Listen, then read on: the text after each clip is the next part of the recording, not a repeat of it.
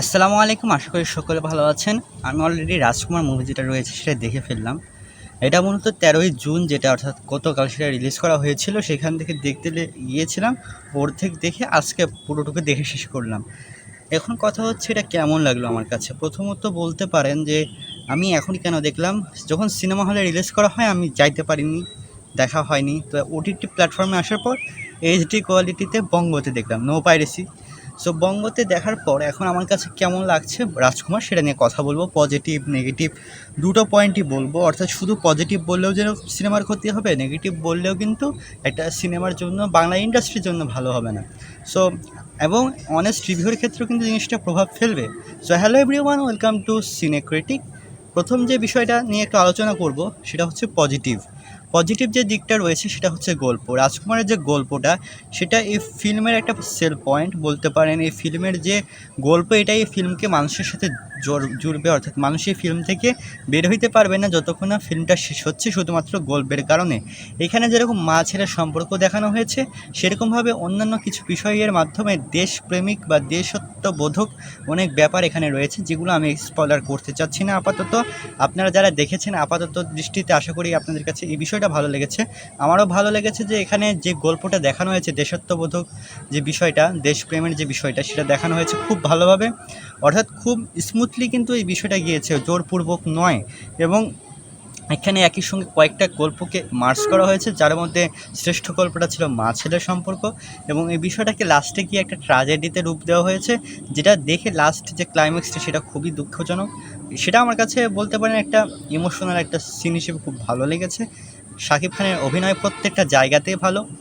কমেডিতে কিছুটা ভালো, কারণ কমেডির ক্ষেত্রে প্রথম দিকে যেরকম ভালো লাগছিল না, একদম প্রথম দিকে শাকিব খানের হেঁটে আসাটা নর্মালি আমার কাছে অতটা ভালো লাগে না। তবে তারপর থেকে যেটা শুরু হয়, গল্পের ভেতরে যখন ঢুকে এই গোটা ফিল্মের যে মেন গল্পের শুরু হয়, অর্থাৎ জার্নিটা শুরুর জন্য তার যে স্ট্রাগল, অর্থাৎ আমেরিকায় যাওয়ার জন্য যে স্ট্রাগল, সেটা শুরু হয়। সেখান থেকে কমেডি হোক বা বলতে পারেন অ্যাকশন ছিল সামান্য অংশ, সেটাও ঠিকঠাক রয়েছে। তবে এখানে কমেডি প্লাস ইমোশনাল দিক, এই দুটার দিক কিন্তু খুব ভালোভাবে মার্জ করা হয়েছে। কমেডি আমার কাছে স্পেশালি ভালোই লেগেছে। আসলে দেখুন, এখানে একটা নেগেটিভ বিষয় রয়েছে, সেটা একটু পরে বলে, আগে পজিটিভটাই বলতে থাকি। এখানে আহমেদ শরীফের যে ক্যারেক্টারটা রয়েছে সেটাও ভালোভাবে কাজ করে, এবং তাকে দেখেও এখানে ভালো লাগে অনেকদিন পর একটা ফিল্মে। প্লাস হিমেল আশরাফ এখানে কিন্তু প্রত্যেককে ভালোভাবে কাজে লাগাতে পেরেছে। তবে এখানকার যে গান, সেগুলোর মধ্যে বলতে পারেন আমি আমি হব রাজকুমার এই গানটা, তারপর হচ্ছে মায়ের গানটা এবং বরবাদ গানটা চরম ছিল। নিশানা গানটাও মোটামুটি। তবে এখানে একটা যে গান আছে সেটা হচ্ছে আমি একাই রাজকুমার, সেটার শুধুমাত্র মানে অর্থাৎ এই যে আমি একাই রাজকুমার এই লাইনটা বা এই অন্তরাটুকু ছাড়া বাকি যে লিরিক্স, সেগুলো একদম জঘন্য, ভালো লাগেনি আমার। নেগেটিভ পয়েন্টে আসতেছি।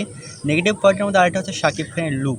শাকিব খানের লুক এমনিই ভালো লাগছিল, তবে লুকের যে কনসিস্টেন্সি সেটা ঠিক নেই। হঠাৎ হঠাৎ এক টাইমে দাঁড়িয়ে আছে, এক টাইমে নাই।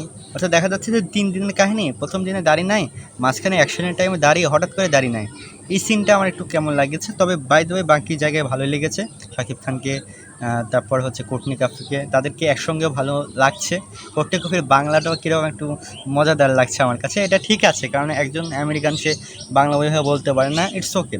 এবং তবে ইংলিশেও ভালো লেগেছে। এখানে আরেকজনের যে ক্যারেক্টারটা রয়েছে, যাকে আমরা অন্যান্য সিনেমাতে সবসময় দেখি, বাইরে নয় হচ্ছে সরি, বাংলাদেশের অন্যান্য সিনেমায় তিনি আসেন নর্মালি, তিনি আসলে ওই আমেরিকায় থাকেন আপাতত, এবং মাঝে মাঝে বাংলাদেশে এসে ফিল্ম করতেন। সেখানে তাকে ভালোভাবে ইউটিলাইজ করতে পারেনি, যেটা এখানে এসে করেছে। এই ফিল্মে তাকে ভালোভাবে ইউটিলাইজ করেছে। আমি যে কার কথা বলছি আপনারা নিশ্চয়ই বুঝছেন। সো এখন প্রশ্ন হচ্ছে যে এইসবের মধ্যেও একটা প্রশ্ন আসে, সেটা হচ্ছে সোহেল রানা, আই থিঙ্ক তার নাম। এখন প্রশ্ন হচ্ছে যে লাস্টের ক্লাইম্যাক্সটা হুট করেই এমন কিছু হয়ে গেল, যার ফলে এটা নির্দিষ্টভাবে মানে শেষ কেন হলো না, সেটা আমার একটা প্রশ্ন থেকে গেল যে কেন শেষ হলো না। মানে একটা কিছু তো ক্লাইম্যাক্স থাকবে, মানে এরপরে কী হবে, এই প্রশ্নটা রেখেই চলে গেল, এবং জিনিসটা খুবই দুঃখের ছিল।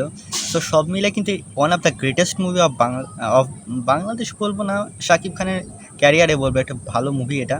তুফান এখন আসেনি, তার আগে বলছি রাজকুমারটা আপাত দৃষ্টিতে এখনও পর্যন্ত তার একটা গ্রেটেস্ট, অ্যাক্টিংয়ের দিক দিয়ে হোক, স্ক্রিপ্টের দিক দিয়ে হোক, লুকের দিক, মানে যেই কোয়ালিটির দিক দিয়ে হোক, শুটিং প্লেসের দিক দিয়ে হোক, একটা মারাত্মক ফিল্ম। আমি আপনাদেরকে অনুরোধ করব মুভিটা সম্পূর্ণ দেখার জন্য। যারা এখনও পর্যন্ত দেখেনি অবশ্যই দেখবেন, কারণ মুভিটা অনেক ভালো। বঙ্গবতী দেখবেন, পাইরেসি না করে দেখবেন, কারণ পাইরেসি করলে বাংলা ইন্ডাস্ট্রির ক্ষতি হবে। এবং আমি আবারও শেষ করছি আজকের মতো ভিডিওটি, সেই একই কথা বলে, সেটা হচ্ছে বাংলা ইন্ডাস্ট্রির উন্নতি হোক। ধন্যবাদ।